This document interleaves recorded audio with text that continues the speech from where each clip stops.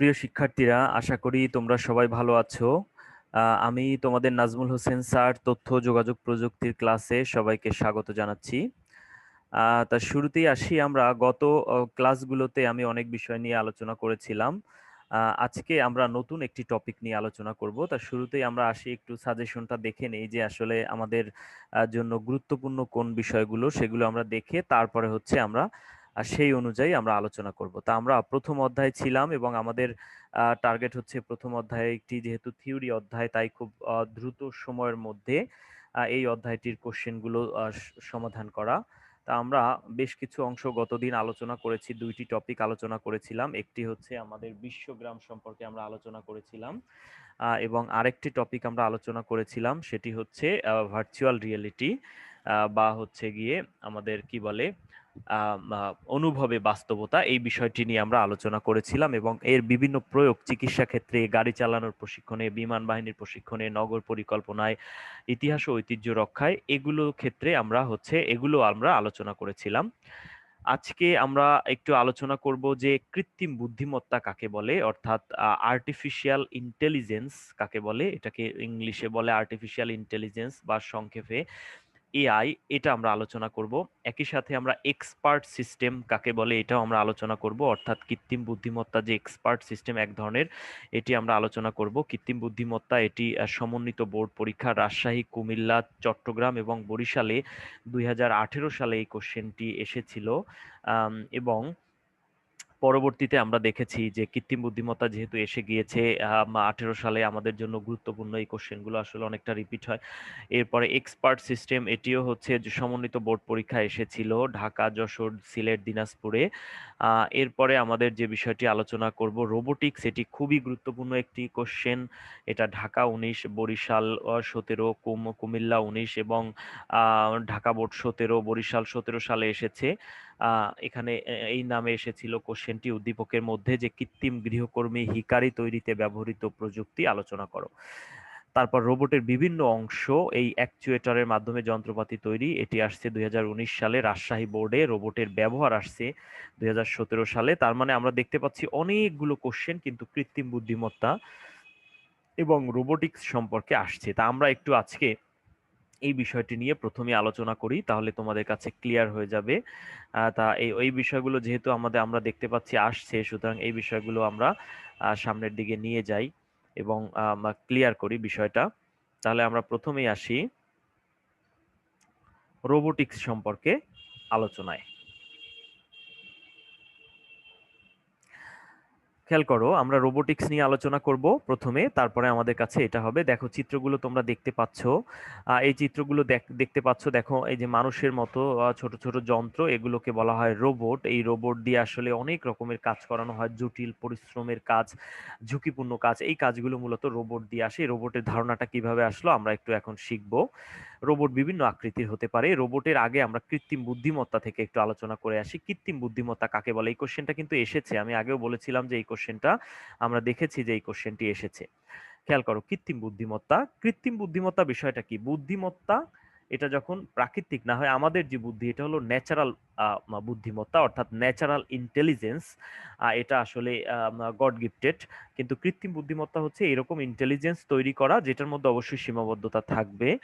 সেটাকেই বলা হয় কৃত্রিম বুদ্ধিমত্তা। অর্থাৎ মানুষের চিন্তাভাবনাগুলিকে কৃত্রিম উপায়ে কম্পিউটার বা কম্পিউটার নির্ভর যন্ত্রের মাধ্যমে রূপ দেওয়ার ব্যবস্থাই হলো কৃত্রিম বুদ্ধিমত্তা। অর্থাৎ মানুষ যে চিন্তা ভাবনা করে, কম্পিউটারকে বা মেশিনকে যদি এরকম চিন্তা ভাবনা করানো যায়, কৃত্রিম উপায়ে এরকম চিন্তা ভাবনা করানো যায়, তাকে বলা হয় কৃত্রিম বুদ্ধিমত্তা। এই ব্যবস্থাটাকেই বলা হয় কৃত্রিম বুদ্ধিমত্তা। আবার একটু ভালো করে বোঝার চেষ্টা করো মনোযোগ সহকারে, যে মানুষের বুদ্ধিমত্তাটাকে যদি কম্পিউটারের মাধ্যমে অনুরূপ বাস্তবায়ন করা যায়, তাহলে এই যে প্রযুক্তি, এই প্রযুক্তিটাকেই বলা হয় কৃত্রিম বুদ্ধিমত্তা। মানুষের চিন্তা ভাবনাগুলোকে কৃত্রিম উপায়ে বা মানুষের বুদ্ধিমত্তাকে কৃত্রিম উপায়ে কম্পিউটার বা কম্পিউটার নির্ভর যন্ত্রের মাধ্যমে রূপ দেওয়ার ব্যবস্থাই হলো কৃত্রিম বুদ্ধিমত্তা। তাহলে এই কৃত্রিম বুদ্ধিমত্তা সম্পর্কে আমরা হচ্ছে আরো একটু ডিটেলসে যদি যাই, আর এই কৃত্রিম বুদ্ধিমত্তা ব্যবহারের একটি ক্ষেত্র হচ্ছে রোবোটিক্স। তাহলে রোবোটিক্স বিষয়টা কোত্থেকে আসছে? রোবোটিক্স বিষয়টি আমরা দেখতে পাচ্ছি আসছে কৃত্রিম বুদ্ধিমত্তা বা আর্টিফিশিয়াল ইন্টেলিজেন্স থেকে মূলত আসছে রোবোটিক্স। তাহলে আমরা দেখতে পাচ্ছি যে কৃত্রিম বুদ্ধিমত্তা ব্যবহার, আমরা যে কৃত্রিম বুদ্ধিমত্তা ব্যবহার করব মানুষের চিন্তাভাবনা বা বুদ্ধিমত্তাকে যখন যন্ত্রের মাধ্যমে একই রূপে কাজ করাবো, তখন সেটাকে যেহেতু কৃত্রিম বুদ্ধিমত্তা বলে। আর এটা যখন ব্যবহার করব যাকে দিয়ে, যে যন্ত্রটা দিয়ে ব্যবহার করব ওটাকে বলা হয় রোবট, এবং এই প্রযুক্তিটাকে বলা হয় রোবোটিক্স। এই জন্য বলা হয়েছে কৃত্রিম বুদ্ধিমত্তা ব্যবহারের ক্ষেত্র হচ্ছে রোবোটিক্স। পরীক্ষায় যদি কোশ্চেন আসে রোবোটিক্স কাকে বলে, এইভাবেও তোমরা লিখতে পারো যে রোবোটিক্স হচ্ছে যে মানুষের বুদ্ধিমত চিন্তা ভাবনাগুলোকে কৃত্রিম উপায়ে কম্পিউটারের নির্ভর যন্ত্রের মাধ্যমে রূপ দেওয়া হচ্ছে কৃত্রিম বুদ্ধিমত্তা, এবং এই কৃত্রিম বুদ্ধিমত্তা ব্যবহারের একটি ক্ষেত্র হচ্ছে রোবোটিক্স। অর্থাৎ বিজ্ঞানের যে শাখায় রোবটের গঠন, আকৃতি এবং ব্যবহার ইত্যাদি বিষয় সম্পর্কে আলোচনা করা হয় তাকে বলা হয় রোবোটিক্স। এবার আমরা আসি রোবট কি বা রোবোটিক্স কি। রোবোটিক্স কাকে বলে? রোবোটিক্স হলো প্রযুক্তির নতুন শাখা। এটা হলো প্রযুক্তির একটি নতুন শাখা যেখানে রোবট সমূহের ডিজাইন, এই জিনিসগুলো খুবই গুরুত্বপূর্ণ। তোমরা লেখার সময় এই বিষয়গুলো অবশ্যই তোমাদের অ্যান্সারের ভিতরে থাকবে যে রোবোটিক্স হলো প্রযুক্তির নতুন একটি শাখা। রোবোটিক্স কি? এটা হলো প্রযুক্তির নতুন একটি শাখা, এই জিনিসটা থাকতে হবে, যেখানে রোবট সমূহের ডিজাইন, নির্মাণ, কার্যক্রম, ব্যবহার নিয়ে গবেষণা করা হয়। ডিজাইন, নকশা, নির্মাণ কার্যক্রম, ব্যবহার, এই বিষয়গুলো নিয়ে যেখানে গবেষণা করা হয় তাকে বলা হয় রোবোটিক্স। তাহলে এই ডেফিনেশন থেকে আমরা দুইটি বিষয় আমরা আলো বের করতে পারি, দুইটি কিওয়ার্ড মনে রাখলেই কিন্তু আমরা এই ডেফিনেশনটা মনে রাখতে পারবো। একটি হচ্ছে রোবোটিক্স হচ্ছে প্রযুক্তির একটি শাখা, এটা মনে রাখতে হবে। দ্বিতীয় হচ্ছে যে যেখানে রোবটের ডিজাইন, নির্মাণ, কার্যক্রম ও ব্যবহার নিয়ে গবেষণা বা আলোচনা করা হয়, সেটাকেই বলা হয় রোবোটিক্স। এরপরে আমরা যদি চলে যাই যে কৃত্রিম বুদ্ধিমত্তা ও মানব বুদ্ধিমত্তার মধ্যে পার্থক্য কি, এগুলো আলোচনার জন্য আসলে পরীক্ষা ওইভাবে পার্থক্য কোশ্চেন এখন আর আসে না, কিন্তু তারপরও আমরা একটু দেখবো, বুঝবো, আমাদের জানতে হবে, বুঝতে হবে। খেয়াল করি আমরা, মানব বুদ্ধিমত্তা সৃষ্টিশীল, অর্থাৎ মানব বুদ্ধিমত্তার মধ্যে ক্রিয়েটিভিটি আছে, চাইলে নতুন কিছু আমরা ভাবতে পারি। কিন্তু কৃত্রিম বুদ্ধিমত্তা সৃষ্টিশীল নয়, অর্থাৎ প্রোগ্রাম করে যতটুকু যন্ত্রের মধ্যে দেয়া হবে ঠিক ততটুকুই যন্ত্র কাজ করতে পারবে, এর বেশি কিন্তু যন্ত্র কাজ করতে পারবে না। কিন্তু মানুষ সিচুয়েশনের উপর ভিত্তি করে কিন্তু নতুন নতুন পরিস্থিতিতে নতুন নতুন সৃষ্টিশীল জিনিস নিয়ে আসতে পারে, কিন্তু কম্পিউটার বা রোবট এই জিনিসটা পারবে না। মানব বুদ্ধিমত্তা প্রকৃতিগতভাবে প্রাপ্ত, এটা ন্যাচারালি পাওয়া হয়। আর কৃত্রিম বুদ্ধিমত্তা মানুষ তৈরি করে, মানুষের দ্বারা কৃত্রিম উপায়ে প্রাপ্ত। মানব বুদ্ধিমত্তা লিখে রাখা সম্ভব নয়, মানুষের ব্রেনে যে বুদ্ধিমত্তা আছে এটা লিখে রাখা আসলেই সম্ভব না, অসীম বুদ্ধিমত্তা। কিন্তু কৃত্রিম বুদ্ধিমত্তা প্রোগ্রামের আকারে লিখে রাখা হয়, লিখে রাখতেই হবে, এছাড়া এই মেশিন চলতে পারবে না, এটাকে প্রোগ্রাম দিতে হবে, এবং এই প্রোগ্রামটাই মূলত হচ্ছে বুদ্ধিমত্তা। এরপরে মানব বুদ্ধিমত্তা ক্রমেই বিকশিত হতে পারে, এটা অটো ন্যাচারালি বিকশিত হয়, কিন্তু কৃত্রিম বুদ্ধিমত্তা বিকাশের কোনো সুযোগ নাই। যতটুকু আমরা প্রোগ্রাম করে এই মেশিনের মধ্যে দিয়ে দেব ততটুকুই কাজ করবে, এছাড়া নিজের কোনো বিকাশের সুযোগ নাই। মানব বুদ্ধিমত্তা দ্রুত গতিতে কাজ করে না, মানুষের ব্রেন একটু স্লো, কিন্তু কৃত্রিম বুদ্ধিমত্তা দ্রুত গতিতে কাজ করে, কারণ যন্ত্র, আমরা জানি যে সেকেন্ডে 2 কোটি যোগ করতে পারে কম্পিউটার, তার মানে মানুষ তো 2 কোটি যোগ করতে পারবে না, কারণ মানুষের বুদ্ধিমত্তা এই জন্য স্লো বলা হয়, কিন্তু কৃত্রিম বুদ্ধিমত্তা দ্রুত গতি। আবার মানুষের বুদ্ধিমত্তা বেশি, কৃত্রিম বুদ্ধিমত্তা কিন্তু কম, এটা মনে রাখতে হবে। অসীম, মানুষের বুদ্ধিমত্তা পরিমাপ করা যায় না, কিন্তু কৃত্রিম বুদ্ধিমত্তা পরিমাপ করা যায়। এরপরে আমরা আসি রোবট সম্পর্কে একটু বিস্তারিত আলোচনা করব। খেয়াল করো, এখানে আমরা একটা এক্সাম্পল দেখতে পাচ্ছি যে সেই মরুভূমির মধ্যে ছবি তোলার জন্য, অথবা চাঁদে, এটা চাঁদেও হতে পারে, চাঁদে ছবি তোলার জন্য কিন্তু একটা যন্ত্র পাঠানো হয়েছে, এটার নাম হচ্ছে দেখো এই যে এটা একটা রোবট, রোবট পাঠানো হয়েছে। পৃথিবীর বিভিন্ন দেশ বিভিন্ন সময় চাঁদে রোবট পাঠিয়ে চাঁদের ভূপ্রকৃতি কেমন এগুলো সম্পর্কে তারা কিন্তু গবেষণা করছে। তাহলে রোবোটিক্সের মূল বিষয় হলো রোবটকে ঘিরে। রোবোটিক্স একটা প্রযুক্তি, এটা এই প্রযুক্তির একটা শাখা যেখানে রোবটের নকশা, গঠন নিয়ে আলোচনা করা হয়, এবং এই রোবোটিক্সের মূল বিষয়কেই মূলত বলা হয় রোবটকে ঘিরেই কাজ করা হয়। তাহলে হচ্ছে এটা একটা রোবট, এই রোবটের নাম হচ্ছে কিউরিওসিটি রোবট। কিউরিওসিটি রোবট হওয়া উচিত। আচ্ছা, এরপরে আমরা আসি, রোবট হলো কৃত্রিম বুদ্ধিমত্তা সম্পন্ন কম্পিউটার নিয়ন্ত্রিত যন্ত্র। রোবটের ডেফিনেশনটা যদি এরকম আসে যে রোবট কাকে বলে, রোবট হলো কৃত্রিম বুদ্ধিমত্তা সম্পন্ন, যেহেতু এটার মধ্যে প্রোগ্রাম করে বুদ্ধিমত্তা দেয়া হয়েছে, কম্পিউটার নিয়ন্ত্রিত একটা যন্ত্র, কম্পিউটারের মাধ্যমে এটাকে নিয়ন্ত্রণ করা হয়, যা মানুষের দুঃখ, দুঃসাধ্য ও কঠিন কাজ করতে পারে। যে সকল জায়গায় মানুষ কাজ করতে পারে না, মানুষের কাজ জটিল হয়ে পড়ে, কঠিন হয়ে পড়ে, সেই সকল জায়গায় কাজ করতে পারে, তাকেই বলা হয় রোবট। তার মানে আমরা রোবটের ডেফিনেশনটা কি পেয়েছি, যে রোবট হলো কৃত্রিম বুদ্ধিমত্তা সম্পন্ন কম্পিউটার নিয়ন্ত্রিত একটা যন্ত্র যা মানুষের অনেক দুঃসাধ্য ও কঠিন কাজ করে দিতে পারে। রোবট স্ল্যাভিক ভাষা, অর্থাৎ ইউগোস্লাভিয়া থেকে এটা এসেছে, রোবোটা হতে এসেছে, যার অর্থ হচ্ছে শ্রমিক, অর্থাৎ শ্রমিকের কাজ করানো থেকেই মূলত রোবটের এই ধারণাটা এসেছে। এরপরে আমরা যদি আসি যে রোবট তৈরিতে কি কি উপাদান লাগে সেই উপাদানগুলো নিয়ে আমরা কাজ করব। রোবট তৈরিতে অনেকগুলো উপাদান লাগে, তার মধ্যে একটা হচ্ছে পাওয়ার সিস্টেম। অর্থাৎ আমরা যে রোবটটা দেবো এটার ভিতর যদি ব্যাটারি না দিই, এর ভিতর যদি পাওয়ার না থাকে, তাহলে রোবটটার প্রোগ্রামগুলো কাজ করবে না। এই জন্য রোবটকে নিয়ন্ত্রণ করার জন্য রিচার্জেবল ব্যাটারি দিয়ে পাওয়ার দিতে হয়। দেন হচ্ছে অ্যাকচুয়েটর, পরীক্ষায় কিন্তু এই কোশ্চেনটা এসেছে। অ্যাকচুয়েটর হলো রোবটের বডির বিভিন্ন অংশ নড়াচড়া করার জন্য ইলেকট্রনিক মোটর ও হাইড্রোলিক সিস্টেম থাকে, যা অ্যাকচুয়েটর নামে পরিচিত। তোমরা দেখবা রোবট হাত নাড়াচ্ছে, পা নাড়াচ্ছে, মাথা নাড়াচ্ছে, মুভমেন্ট করছে, পিস্তল ধরছে, গুলি করছে। তাহলে এই যে মুভমেন্ট করাতে হচ্ছে মানুষের মতো, এই মুভমেন্ট করানোর জন্য যে প্রযুক্তিটা ব্যবহার হচ্ছে, যে যে প্রযুক্তি ব্যবহার হচ্ছে সেটাকে বলা হয় অ্যাকচুয়েটর প্রযুক্তি। অর্থাৎ রোবটের বডির বিভিন্ন অংশ নড়াচড়া করানোর জন্য ইলেকট্রিক মোটর ও হাইড্রোলিক সিস্টেম, এই ইলেকট্রিক মোটর এবং হাইড্রোলিক সিস্টেমকেই মূলত বলা হয় অ্যাকচুয়েটর। এরপরে আমরা আসি মুভেবল বডি। মুভেবল বডি হচ্ছে স্থানান্তরিত হওয়ার জন্য একটি রোবটের হাত, পা, চাকা এবং অন্যান্য যন্ত্রপাতি সংযুক্ত করা হয়, এগুলোকে বলা হয় মুভেবল বডি। এরপরে আমরা আসি যে রোবট তৈরির আরো উপাদান আছে, সেটি হচ্ছে কৃত্রিম বুদ্ধিমত্তা দিয়ে দিতে হবে রোবট তৈরি করার সময়।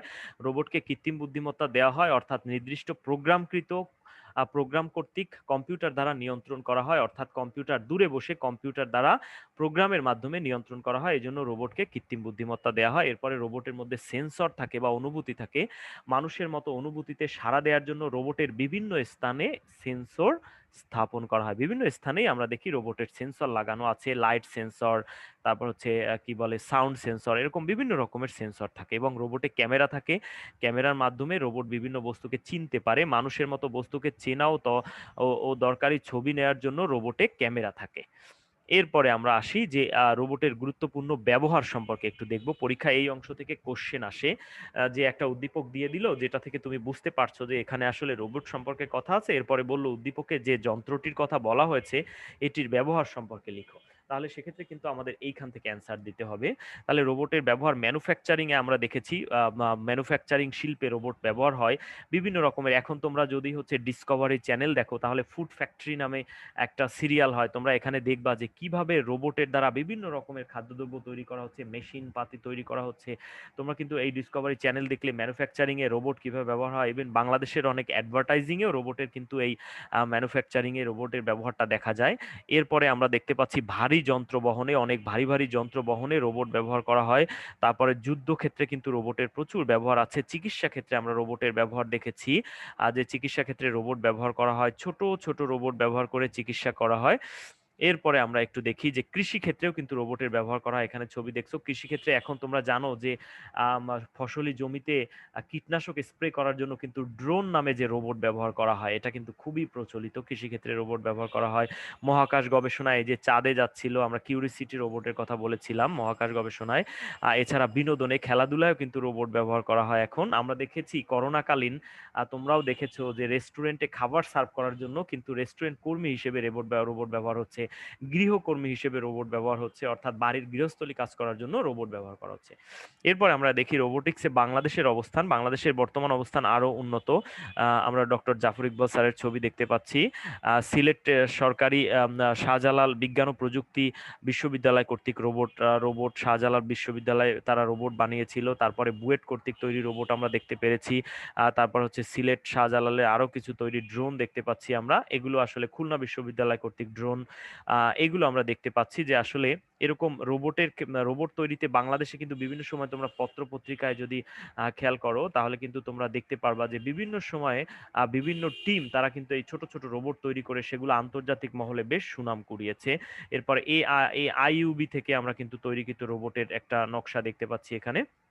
তাহলে আমরা মোটামুটি আজকে যে বিষয়টি আলোচনা করলাম সেটা হচ্ছে যে রোবটের বিষয়গুলো আলোচনা করলাম, কৃত্রিম বুদ্ধিমত্তা আলোচনা করলাম এবং এক্সপার্ট সিস্টেমও মোটামুটি আলোচনা করলাম। এরপরে আমরা সামনের দিনগুলোতে আমরা আরো আলোচনা করব, আমাদের নতুন যে বিষয় সেগুলো আলোচনা করব। তা আমরা একটু দেখি আমাদের সাজেশনে কি কি বিষয় আছে। শেষ করার আগে ক্লাসটা আমরা এগুলো আলোচনা করেছি আমরা। এরপরে জেনেটিক ইঞ্জিনিয়ারিং খুব গুরুত্বপূর্ণ একটি টপিক, এটি আমরা পরবর্তী ক্লাসে আলোচনা করব। বায়োমেট্রিক নিয়ে আলোচনা করব, বায়ো ইনফরমেটিক, ক্রায়োসার্জারি, এই জিনিসগুলো খুব বেশি কোশ্চেন আসলে নেই। আমরা চেষ্টা করব আগামী ক্লাসে জেনেটিক ইঞ্জিনিয়ারিং এবং বায়োমেট্রিক্স এই দুইটি টপিক কভার করার জন্য। তোমরা আমার সাথে থাকবে আশা করি, অথবা আজকেও আরেকটা টপিক আলোচনা করা যায়।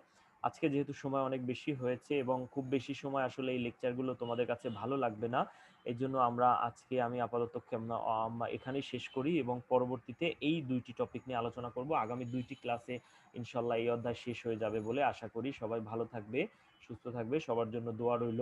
স্বাস্থ্যবিধি মেনে চলাফেরা করার চেষ্টা করবে। সবাইকে শুভেচ্ছা।